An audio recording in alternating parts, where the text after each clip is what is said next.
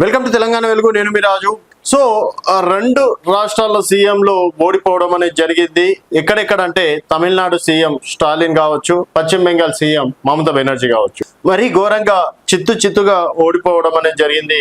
So వారికి మరో శుభవార్త, ఎమ్మెల్యేలు ఓడిపోయిన మాజీ సీఎంలకు మరో అవకాశం దక్కే ఛాయిసెస్ ఉన్నాయి. తమిళనాడులో చూసుకున్నట్టయితే విజయ్ 2 చోట్ల పోటీ చేయడం అనేది జరిగింది. సో 2 చోట్ల గెలవడం అనేది జరిగింది. సో విజయ్ 2 చోట్ల గెలవడం అనేది జరిగింది. సో ఈ 2 చోట్ల గెలిచారు కాబట్టి ఎక్కడో ఒక చోట డెఫినెట్ గా రాజీనామా చేయాల్సి ఉంటుంది. కేవలం ఒక్క చోటు నుంచి పరిపాలించాల్సినటువంటి అవసరం ఉంటుంది. సో మరి తమిళనాడులో విజయ్ 2 స్థానాల్లో గెలిచారు. ఏదో ఒక స్థానంలో తప్పకుండా విజయ్ రాజీనామా చేయాల్సిందే, ఉప ఎన్నికలు జరగాల్సిందే. సో ఇక్కడ రాజీనామా చేశారనుకోండి, మరొక 6 నెలల లోపు ఎప్పుడైనా సరే మళ్ళీ ఇక్కడ ఉప ఎన్నికలు వచ్చే ఛాయిసెస్ ఉంటాయి.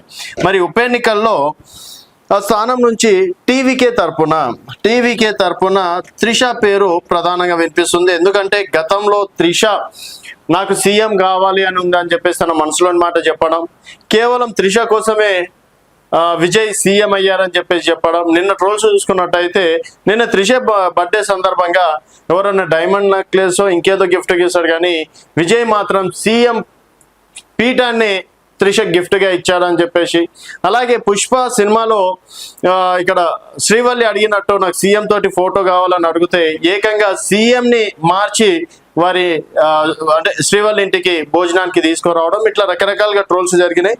సో మొత్తానికి త్రిషని మళ్ళీ అంటే ఎమ్మెల్యేకి గెలిపించుకొని తనకి కీలక మంత్రి పదవి ఇవ్వాలి, లేకపోతే ఉప ముఖ్యమంత్రి పదవి ఇవ్వాలని విజయ్ భావిస్తున్నట్లు కూడా సమాచారం. సో మొత్తానికి ఆ స్థానంలో టీవీకే తరఫున త్రిష నిలబడితే డిఎంకే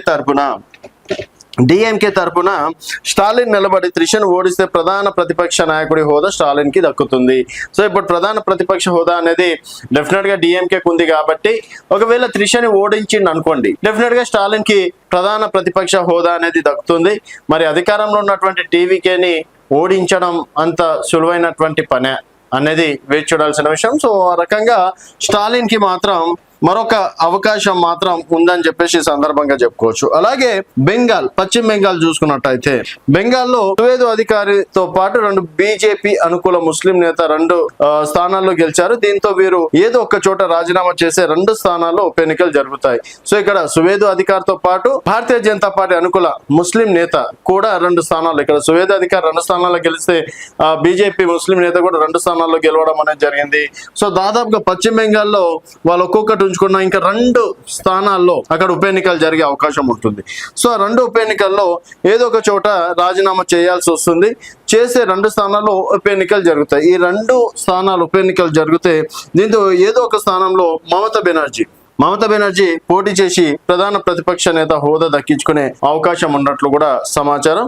సో మొత్తానికి ఓటమి పాలైనా కూడా స్టాలిన్ కి మమతా బెనర్జీకి ఈ విధంగా అదృష్టం కలిసి వస్తుందా లేదా అన్నది ప్రజలు నిర్ణయిస్తారు, ప్రకృతి నిర్ణయిస్తుందని చెప్పేసి కూడా అక్కడ ప్రజలు చెప్తున్నటువంటి మాట. సో చూద్దాం ఈ 6 నెలల ఉప ఎన్నికల్లో స్టాలిన్ కి కావచ్చు, మమతా బెనర్జీకి అదృష్టం కలిసి వస్తుందా లేదా అనేది వేచి చూడాల్సిన విషయం. చూస్తూనే ఉండండి తెలంగాణ వెలుగు.